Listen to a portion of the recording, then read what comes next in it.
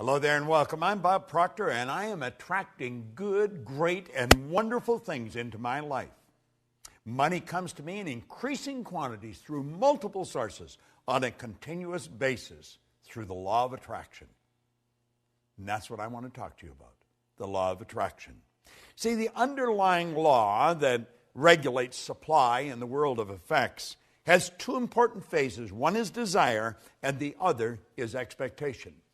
I want you to imagine that you're fishing. Now, you may have never gone fishing. You've certainly seen people that have gone fishing. And you take and you get the line all fixed, and boom, you cast it out. And as soon as that plug hits the water, bang, a fish strikes.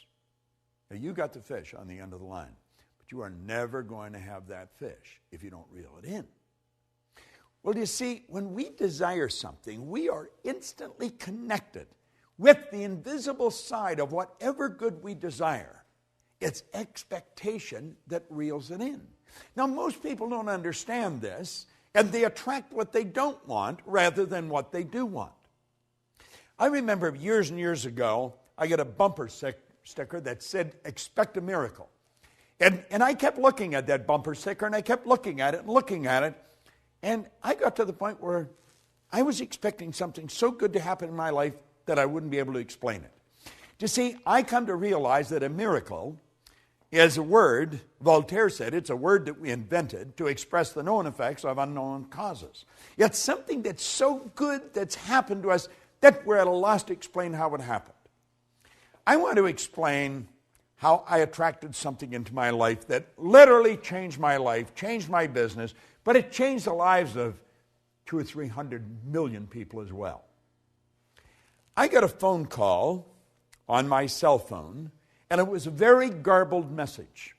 I had difficulty understanding it, and I didn't delete it, but I just kept hitting the pound or the hash and leaving it there in the phone. And one day, my phone was full. So I thought, I should empty the thing. I think I was in an airport at the time, so I sat down and I took all the messages off one at a time and wrote them all out and then deleted them. And I phoned Gina Hayden, who's worked with me for the past quarter century, and I said, Gina, I think this woman's name is Glenda, and I think this is the phone number. It sounds like an Australian phone number. Would you phone now? There's something about a film. Would you phone and see if the number's even the right number? Now, I'd had it on my phone for a good month. And so at any rate, a couple of days later, or maybe even later that day, I forgot now, and I'm talking to Gina, and she said, well, that was the right message. Her name was Glenda, and you had the right phone number, and there's a film crew in from Australia, and they're shooting this film, and they really wanted you in it. But they haven't been able to reach you, and they're shooting in Aspen all weekend, and they're going back to Australia first of the week. And Gina said, isn't that strange? Bob's doing a seminar this week in Aspen. Now, I hadn't been in Aspen for a couple of years. And I check into my hotel. I just went next door where they were shooting the film. And the film, of course, was The Secret. And you know, all of a sudden, all over the world now, people know Bob Proctor, and they know about the work that I do, that I love doing. I believe that I attracted Rhonda Byrne into my life. But I also believe Rhonda Byrne attracted me into her life. And you see, the secret I attracted. I expected something big to happen. And I'm going to tell you something. I expect something even bigger to happen. Now, the law of attraction is, it's a law that many people now are very familiar with. And of course, I think that the secret has probably communicated that law better than anything that I have come across in all the years I've been in this business. They deserve, the people that put that all together, deserve a lot of credit. A lot of people think I made it. I didn't make the film. I just sat there for a couple hours and talked, sharing what I knew. And a lot of good things have happened. Now, the law of attraction is not a primary law. The law of vibration is the primary law. See, everything in the universe vibrates. We literally live in an ocean of motion. I want you to look at the walls that surround you. You think those walls are solid. They're not solid. Nothing is resting. Everything is moving. A body in a coffin is moving. Now, you may think that I'm sniffing something, but I'm really not. If you go into a funeral home and pick up the remains and look at it through a microscope, you will see particles of energy dancing right before your eyes. Now, if it wasn't moving, how would it ever change to dust? Well, you see, you and I have a brain. And our brain is an electronic switching station. And our thoughts activate brain cells and control the vibration we're in. And the vibration we're in controls what we attract into our life. Now, this law of attraction is a phenomenal law. And I think the law of attraction, as it's brought out in this series, it's very well done. And I would encourage you to study into it in some depth. Because everything that comes into your life, you attract into your life. Now, you may be saying, does that mean that I have a cold, that I sat and thought I'm going to get a cold? No, it doesn't mean that at all. But you did attract the cold. You see, I don't think you sit and think I'm going to attract a cold. I think you put yourself in a very confused vibration. There's a law of gender. It decrees that all seeds have a gestation and incubation period.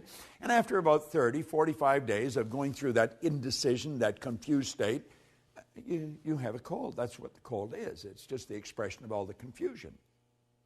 Anyway, we do attract everything into our life. Now, for many, many years, I had a terrible time with money, as most people do.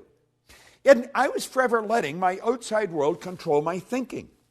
So my outside world was dictating what I was going to attract. Now, I didn't have any money. I had debt, and I'm thinking debt, I attract debt. If your goal is to get out of debt, you're going to stay in debt forever. Because whatever you think of, you attract. And you'll say, but I was thinking of getting out of debt. I don't care if it's get out or get in. You've got to start seeing what you want. In a previous lesson, we pointed out that you don't work on cold if you're cold. You work on heat. See, cold is the absence of heat. So you work at creating heat. Well, if you want good in your life, quit trying to change the bad. Quit trying to get rid of the bad. Let it go. Let the dead bury the dead. Let it be part of the past. Start to see the good that you desire. Visualize it. See it as present in your mind. The second you've got the idea in your mind, you've got it intellectually. The second you internalize it, you've got it emotionally. And then it's only a period of time until you attract it physically. Attraction's a very powerful process. We are all magnetic creatures. We're all a mass of energy. Everything in this universe works on the law of attraction. You go into some restaurants, and they're always busy. The energy is good in those restaurants. You go into others, there's hardly anybody there. Isn't that strange? You go into a clothes store, and you may be the only person there outside of the person that's running it. You go into others, and there's people coming and they're going all the time. It has to do with the energy of the place of business. And the place of business is nothing but an expression of the consciousness of the person that's running the business. When we start to understand this, when we start to understand that we literally attract everything into our life, and it's our thoughts that are controlling what we attract, our whole world's going to change. You see, nature does not deprive us of any good or desired thing. Now, Hollywell points this out so well. It does provide us with the mental equipment and the inner power to acquire and enjoy the essential good to ensure a happy and a worthwhile existence. And it all happens in a very simple method. It's so complicated because nobody studies it. See, I always feel if we can teach a little child that maybe is just learning to walk, how to talk.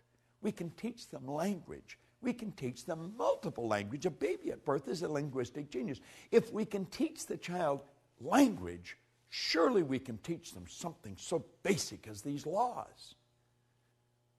You say, well, why haven't we? Because hardly anybody understood them. The parent's not going to teach something to the child that they don't even know. The parent's only going to give the child what they've got.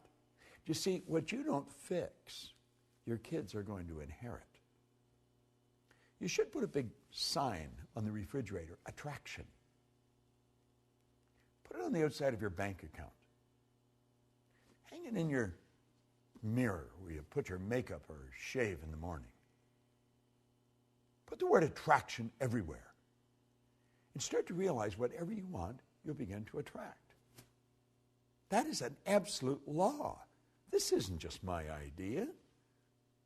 It is an idea that I've fallen in love with. And I want to recommend you fall in love with it. Study these laws every day. Now keep in mind, this video series is just an overview of these laws. Get into it in depth. Get the script. Study the script. You'd be so glad you did. This is Bob Proctor. Thank you.